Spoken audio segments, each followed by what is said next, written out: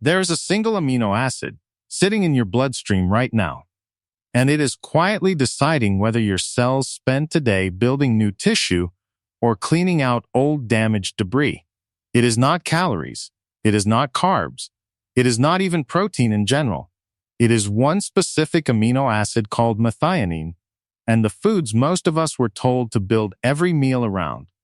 Chicken breast, egg whites, whey protein are some of the richest sources of it on the planet. That single fact might explain why so many people fast for 16 hours, feel proud of themselves, and then undo the entire effort with their very first bite. Stick around for number 1, because it flips almost everything you think you know about beans. Here's the part that gets buried. Extended fasting does trigger cellular repair, but it comes with a cost nobody puts in the highlight reel. Once your glycogen runs out, your body shifts into fat burning, which is where the repair signal actually starts. But keep pushing past that point, and your body starts breaking down muscle tissue to keep your brain fueled with glucose. Do that occasionally, and it is not a big deal.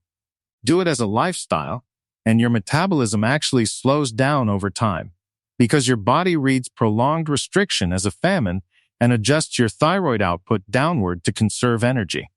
So the real question is not how long can you avoid food. The real question is what can you eat that sends your cells the exact same repair signal without any of that cost. Today I am ranking 5 foods, mostly humble, cheap legumes, from good to the single best one, based on how effectively they trigger that switch. Number 5 is solid. Number 1 is the one I now eat almost daily, and by the end of this video you will understand exactly why it earned that spot. Before we start the countdown, here's the mechanism in plain language, because once this clicks, the rest of the video will make complete sense. Inside every cell you have a master switch called mTor, short for mechanistic target of rapamycin. When mTor is turned on, your cells are in growth mode, building new proteins and expanding. When mTor is turned down, your cells shift into cleanup mode, a process researchers call autophagy, where damaged proteins and worn-out cell parts get broken down and recycled instead of piling up. 2 things flip that switch on: insulin, which responds to carbohydrates, and amino acids, especially one in particular called methionine. Several peer-reviewed papers over the last 2 years have traced this pathway directly at the cellular level, and I will walk you through the actual numbers as we go through the list, so you are not just taking my word for any of this. Number 5. Mung beans. Most people know mung beans as the little green bean used in sprouts or in some Asian soups, and honestly, most of us walk right past them in the grocery aisle.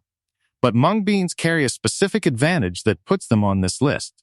A 2024 nutritional analysis of a dozen legume species found that mung beans had the highest concentration of a flavonoid called quercetin of any legume tested, well above beans like black beans or lentils in that same category. Think of quercetin as a second key that opens a different lock on the same door. While low methionine quiets the growth switch, quercetin appears to independently activate a cellular energy sensor called AMP, which nudges your cells further toward repair mode. To prepare them, soak dried mung beans for a few hours, rinse thoroughly, and simmer for about 25 minutes until soft. A half-cup cooked serving gives you roughly 7 grams of protein with a low methionine load. Cooked mung beans hold up well in the refrigerator for about 4 days in a sealed container, so they are easy to batch prep alongside a grain for quick lunches. Most people notice steadier energy and less bloating within about a week of swapping in mung beans a few times weekly. But mung beans alone will not get you the full picture, because the next bean on this list brings something mung beans simply do not have. Number 4. Chickpeas. Chickpeas are everywhere right now. Hummus, roasted snacks, salad toppers, so you already have a relationship with this one, you just have not thought about it through this lens. Unlike some of the other legumes we will cover, chickpeas actually have a fairly complete amino acid profile, so they do not restrict methionine as aggressively as lentils do. Think of chickpeas less like a strict repair signal and more like a bridge, giving you real protein completeness while still keeping the growth switch far quieter than any animal protein would. Their resistant starch content is high, meaning a portion of that carbohydrate skips digestion in your small intestine and travels down to feed the bacteria in your large intestine instead, which matters more than it sounds like, and we will get into exactly why in a moment. For preparation, dried chickpeas need an overnight soak of 8 to 12 hours, then about 60 to 90 minutes of simmering until fully tender, not just soft on the outside. A half-cup serving delivers around 7 grams of protein. Once cooked, chickpeas keep for roughly 5 days refrigerated and freeze cleanly, so a large batch can carry you through the work week. Most people who add a chickpea-based lunch a few times a week report better midday fullness within the first 10 days, without the 2 o'clock energy crash. Chickpeas are your bridge. What comes next is where the antioxidant story really opens up. Number 3. Black beans and pinto beans. Quick pause here. If this is giving you a different way to think about protein, tap like right now so more people looking for this see it, and hit subscribe if you want the rest of this series. All right, back to the list. Black beans and pinto beans earn their spot at number 3 because of what is happening beneath the surface, literally in that dark pigment. The same 2024 legume analysis found that pinto beans had the highest total phenolic content of every legume tested, over 400 milligrams per 100 grams, measured in gallic acid equivalents, a standard unit researchers use to compare antioxidant compounds across foods. Picture your cells constantly generating a small amount of oxidative wear and tear, like rust forming on metal. Polyphenols act like a protective coating that slows that rusting process down while your repair systems work to clear what has already accumulated. And because these compounds, including quercetin found in smaller amounts here too, appear to activate AMP on their own, you get an antioxidant boost stacked directly on top of the methionine restriction effect. To prepare either bean, soak overnight with a splash of lemon juice or vinegar in the water, discard that water in the morning, rinse, and simmer in fresh water for 60 to 90 minutes. A half-cup cooked serving runs about 7 to 8 grams of protein. Both beans store well for 4 to 5 days in the fridge, and freezing a batch in individual portions makes it easy to pull one out on a busy weeknight instead of reaching for something processed. Give this 3 to 4 weeks of consistent use before expecting to notice a real shift in energy stability and digestion, since polyphenol effects tend to build gradually rather than hit all at once. Now, everything up to this point has been building toward the one legume that does something none of the others quite manage, opening the door to repair mode without asking you to change a single thing about how you already cook. Number 2. The preparation secret. Before I reveal the number 1 bean, there is a step that applies to everything on this list, and skipping it is the reason some people give up on legumes entirely. Legumes contain a compound called phytic acid, which can bind to minerals like iron, zinc, and magnesium and block your body from absorbing them properly. This is the legitimate concern behind the old warning about beans blocking mineral absorption, and it is real if you cook them straight out of the bag.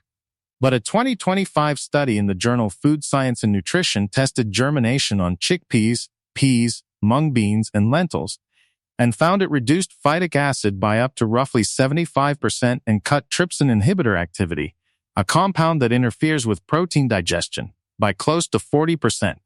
You do not need to fully sprout your beans to get most of that benefit, though. A simple overnight soak activates the bean's own internal enzymes that begin breaking down phytic acid naturally, since that is the exact same mechanism the seed uses to prepare itself for germination in the wild.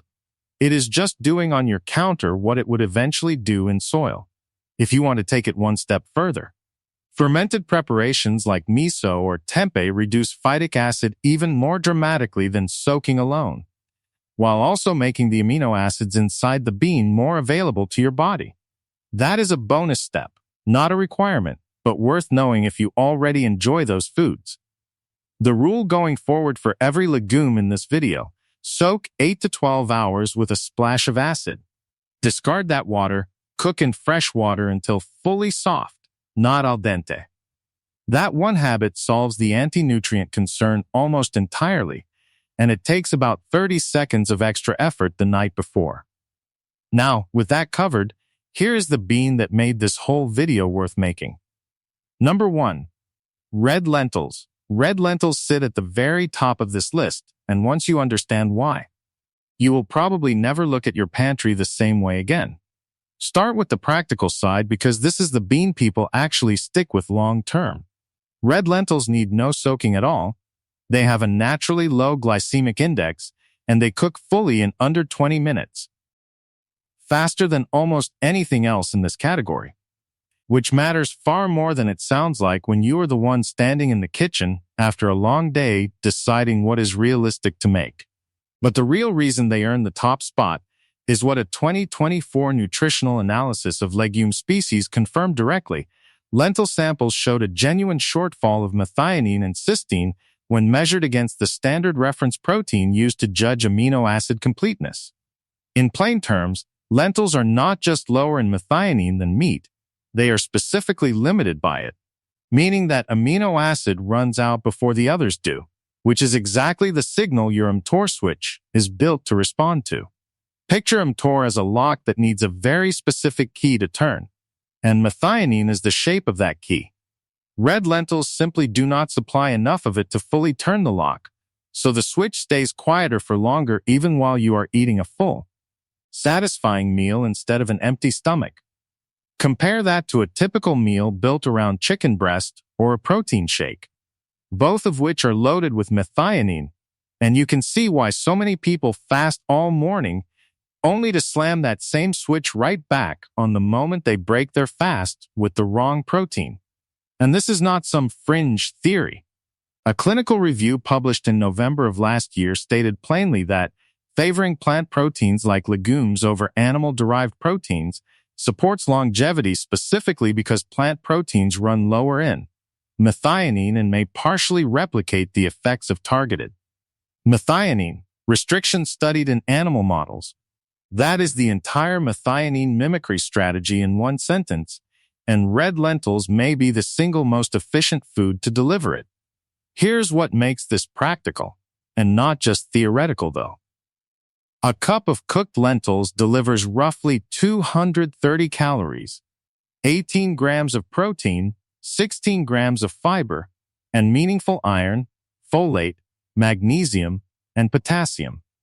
That fiber matters more than people realize.